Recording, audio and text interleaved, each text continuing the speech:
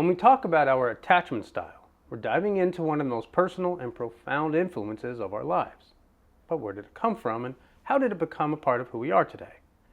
Well, our attachment style forms in the earliest years of our lives, as you may know.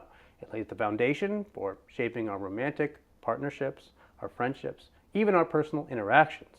But most importantly, it shapes the relationship we have with ourselves, or at least a part of ourselves. The best way to think about your attachment style isn't to say that it's a personality trait or even the way you like to behave. It's actually all about your nervous system. Your attachment style really describes the way you respond when you feel a threat to your attachment needs. As you may already know, your nervous system is there to keep you safe. Now, the way it learned to keep you safe may be to overreact or shut down or to run, but it's just doing its job. To understand this better, let's go back to the beginning, to the influential work of John Bowlby, Mary Ainsworth, and then later Cindy Hazan and Philip Shaver. John Bowlby, the pioneering British psychologist, first developed what we know as attachment theory. He found that children need a secure base, a figure that they trust and depend on for safety, soothing, and being seen.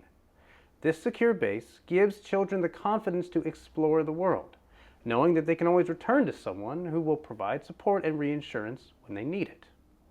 According to Bowlby, this bond is not just emotional, it's a biological drive. We need it, just like we need food and water, we need secure connections to thrive.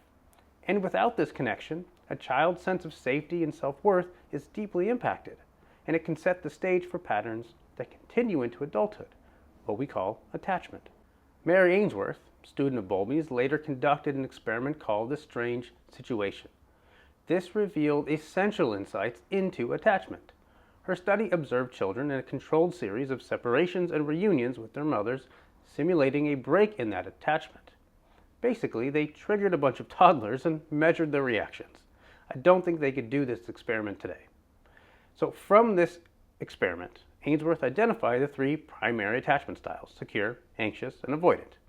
And most notably, what they noticed is that children that were labeled as anxiously attached were clingy and difficult even before the mother left the room, and any amount of distance was hard for them. And then when the mother returned, they were difficult to soothe. The babies labeled as avoidant were unfazed. Mother leaves, unfazed. Mother returns, unfazed. But when they measure the physiology of the babies, both the anxious and the avoidant babies all had the same level of physiological disruption. Their nervous systems were responding to the break in the attachment, even if they were not showing it. In the late 80s, psychologists Cindy Hazan and Philip Shaver extended attachment theory to adult romantic partnerships.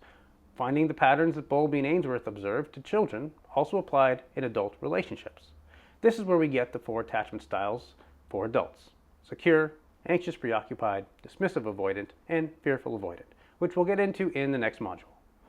But as we're learning, this is not only about partnerships. Understanding our attachment style can be really valuable for personal growth. People with a secure base are more able to venture out into the world with a sense of security.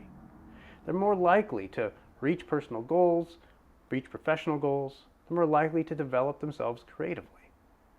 So let's return to the idea of Bowlby's secure base. What we've learned is that having one is essential for exploration and growth. And if we miss that early on, we can begin building that for ourselves now. In the next module, we'll take the idea of a secure base even further, and we'll look at what an available, attuned, and involved caregiver really looks like, and we'll learn about the 4 C's of attachment safety.